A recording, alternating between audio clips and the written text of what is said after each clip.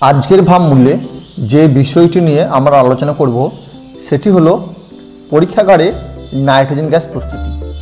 তোমাদের মনে একটা স্বাভাবিকভাবে প্রশ্ন আসছে যে আমরা যে বায়ুমণ্ডলে থাকি সেই বায়ুমণ্ডলে প্রায় 78% নাইট্রোজেন গ্যাস বর্তমান, তারপরেও কেন আমরা পরীক্ষাগারে নাইট্রোজেন গ্যাস প্রস্তুত করব?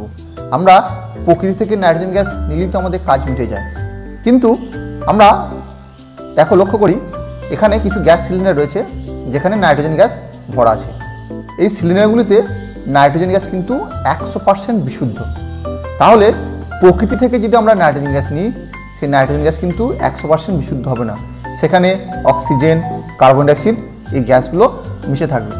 তাছাড়াও এই প্রকৃতিতে যে নাইট্রোজেন গ্যাস পাওয়া যায়, অর্থাৎ বাতাসকে যদি আমরা অক্সিজেন এবং কার্বন ডাইঅক্সাইড বার করে দিই, সেক্ষেত্রে 100% নাইট্রোজেন পাবো, কিন্তু তার খরচাটা অনেক বেশি।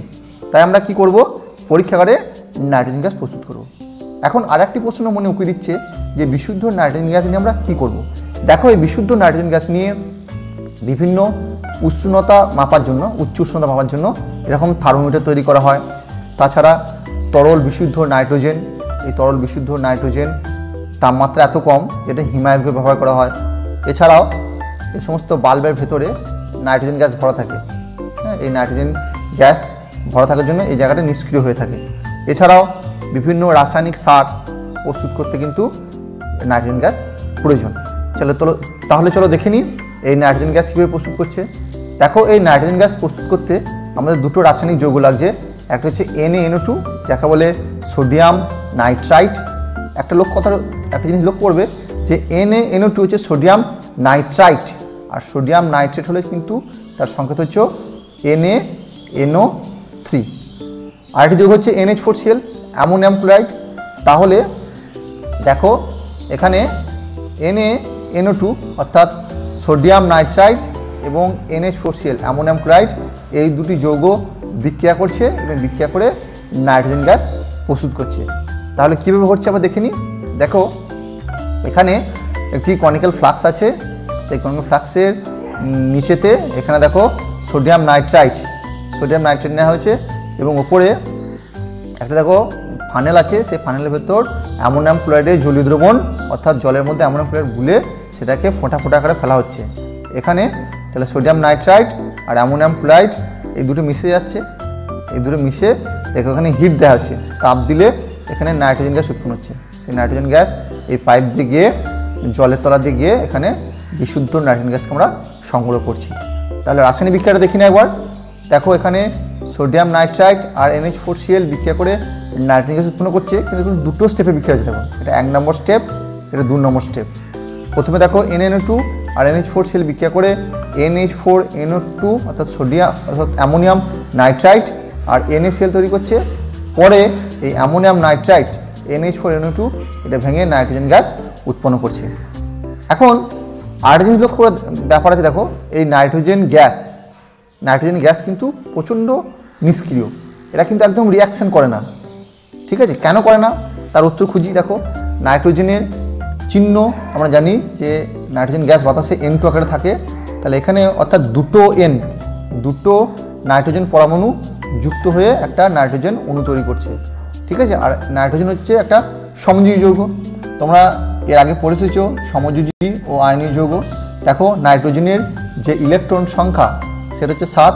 তাহলে ইলেকট্রন বিন্যাস করলে কী হবে? প্রথম কক্ষে 2, পরের কক্ষে 5টা, অর্থাৎ শেষ কক্ষে নাইট্রোজেনের 5টি ইলেকট্রন থাকবে। দেখো, 1 2 3 4 5, এখানে দেখো 1 2 3 4 5, 5টি করে আমাদের কী হলো? ইলেকট্রন হয়ে গেল।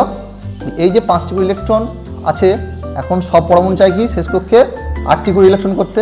তাহলে এই যে দেখো এখানে 8টি ইলেকট্রন দেখো হয়ে গেছে। দেখো 1 2 3 4 5 6 7 8, এরও 8 হলো, এরও 6টা, এদিকে 8টা। তাহলে এটা হচ্ছে সমযোজী বন্ধন। ঠিক আছে, তাহলে নাইট্রোজেনের সমযোজী বন্ধন দেখো 3টে সমযোজী বন্ধন, 1 2 3, এই 3টে সমযোজী বন্ধন দ্বারা নাইট্রোজেন তৈরি। তাই নাইট্রোজেন প্রচণ্ডভাবে নিষ্ক্রিয় মৌল।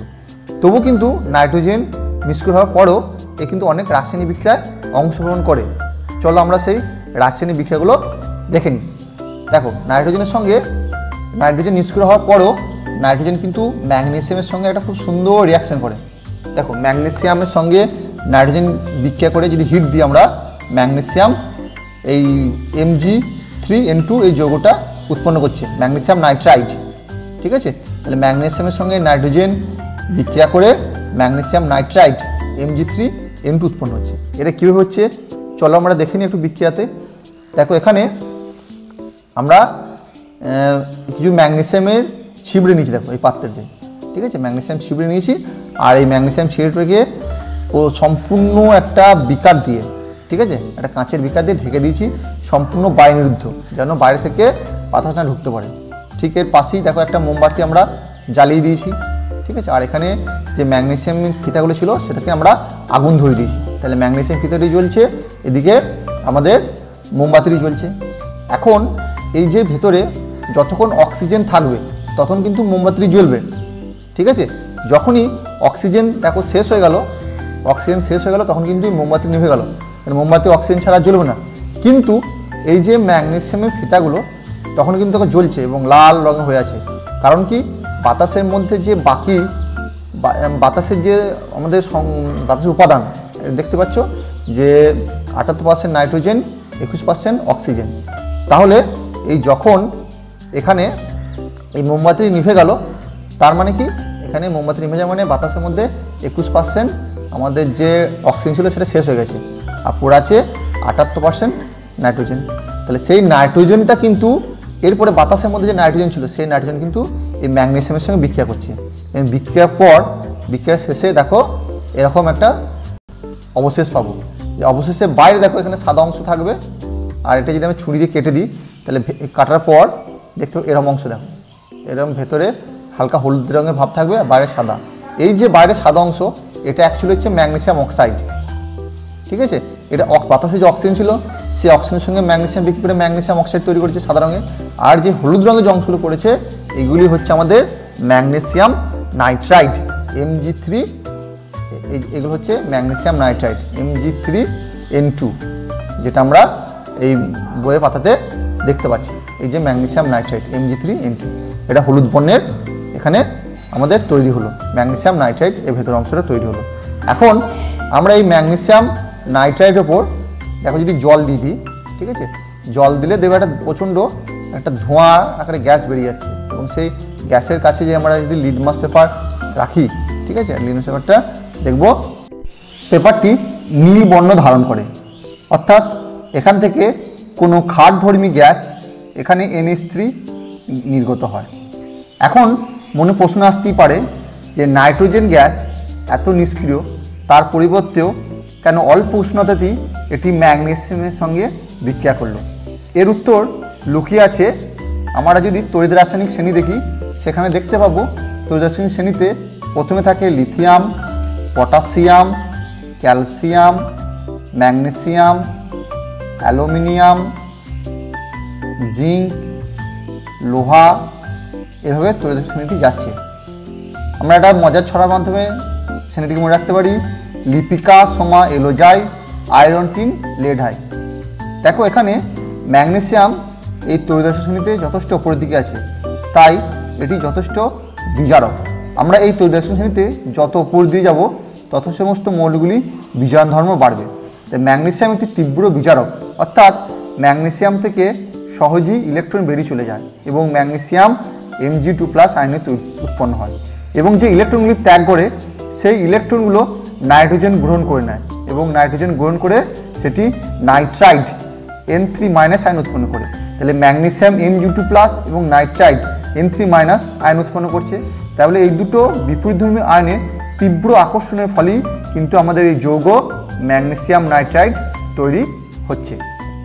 এই ম্যাগনেসিয়াম নাইট্রাইট যৌগ Mg3N2 তৈরি হচ্ছে। এর মূল কারণ হচ্ছে ম্যাগনেসিয়াম 2+ আয়ন এবং নাইট্রাইট N3- আয়ন এই দুটো উৎপন্ন করছে এবং তীব্র আকর্ষণের দ্বারা ম্যাগনেসিয়াম নাইট্রাইট উৎপন্ন করছে। দেখো যেহেতু নাইট্রোজেন খুবই নিষ্ক্রিয় মৌল, তাই যখন এই নাইট্রোজেনের সঙ্গে যখন অক্সিজেন বিক্রিয়া করতে হচ্ছে তখন দেখো একটা প্রচণ্ড পরিমাণে উষ্ণতা, প্রায় 3000 ডিগ্রি সেন্টিগ্রেড উষ্ণতা প্রয়োজন করছে। তাহলে যখন এই বজ্রপাত হয়, ঠিক আছে, যখন বৃষ্টি হতে হতে কোনো বজ্রপাত হয়, তাহলে এই বজ্রপাতের সময় কিন্তু এই 3000 ডিগ্রি সেন্টিগ্রেড উষ্ণতা সম্ভব। তখনই কিন্তু এই উষ্ণতাতেই এই নাইট্রোজেন আর অক্সিজেন মিলে কিন্তু NO অর্থাৎ নাইট্রিক অক্সাইড উৎপন্ন করছে। আবার দেখো আমরা যদি লক্ষ্য করি আমরা দেখতে পাবো যে এই অ্যামোনিয়া গ্যাস, আমরা অ্যামোনিয়া গ্যাস যদি তৈরি করি, এই অ্যামোনিয়া গ্যাস কিন্তু নাইট্রোজেন আর হাইড্রোজেন বিক্রিয়া করে তৈরি হয়, এটা আমরা আগের চ্যাপ্টারে পড়েছি। সেক্ষেত্রে কিন্তু একটা যথেষ্ট পরিমাণে তাপ 450 ডিগ্রি সেন্টিগ্রেড এবং 200 বায়ুমণ্ডলের চাপের প্রয়োজন নাইট্রোজেন আর হাইড্রোজেনকে বিক্রিয়া ঘটাতে। কারণ কি, নাইট্রোজেন প্রচণ্ড নিষ্ক্রিয় মৌল, তাই উষ্ণতা কিন্তু লাগছে। তাহলে একটা জিনিস লক্ষ্য করে দেখবে যে যেখানে আমরা নাইট্রোজেনের সঙ্গে বিক্রিয়া করব সেখানে হয় প্রচণ্ড উষ্ণতার প্রয়োজন, অথবা সেখানে প্রচণ্ড কোনো তীব্র বিজারক পদার্থ যেমন ম্যাগনেসিয়াম, আর ম্যাগনেসিয়ামের উপরে যেমন আছে ক্যালসিয়াম, পটাশিয়াম, লিথিয়াম, এরকম কোনো তীব্র বিজারকের দরকার যার সঙ্গে নাইট্রোজেন বিক্রিয়া করবে। এরপর দেখো আমরা একটা গুরুত্বপূর্ণ বিক্রিয়া দেখে নেব, ক্যালসিয়াম কার্বাইড CaCO2। এই দেখো ক্যালসিয়াম কার্বাইড, এই ক্যালসিয়াম কার্বাইডের সঙ্গে নাইট্রোজেন বিক্রিয়া করছে, CaC2 প্লাস নাইট্রোজেন দিয়ে CaCN2 প্লাস কার্বন উৎপন্ন করছে। এখানে কিন্তু দেখো প্রচণ্ড তাপমাত্রা, প্রায় 1100 ডিগ্রি সেন্টিগ্রেড উষ্ণতা তাপমাত্রা লাগছে। এই তাপমাত্রায় বিক্রিয়া করে দেখো কালো ধূসর বর্ণের, এই যে কালো ধূসর বর্ণের আমাদের নাইট্রোলিন প্রস্তুত হচ্ছে, CaCN2 প্লাস C, এটা বলে নাইট্রোলিন। হ্যাঁ, এটা সার হিসেবে ব্যবহার করা হয়। আর ক্যালসিয়াম কার্বাইড, দেখো ক্যালসিয়াম কার্বাইড এরকম, ক্যালসিয়াম কার্বাইড অনেকটা দেখবে ছোটো ছোটো যে পাথর, যে পাথর দিয়ে আমরা বাড়ির ছাদ ঢালি সেরকম পাথরের মতো অনেকটা দেখতে এই ক্যালসিয়াম কার্বাইড। এই ক্যালসিয়াম কার্বাইডের সঙ্গে নাইট্রোজেন প্রায় 1100 ডিগ্রি উষ্ণতায় বিক্রিয়া করছে। এখানে দেখো 1100 ডিগ্রি তাপমাত্রায় বিক্রিয়া করে এই নাইট্রোলিন আমাদের প্রস্তুত হচ্ছে।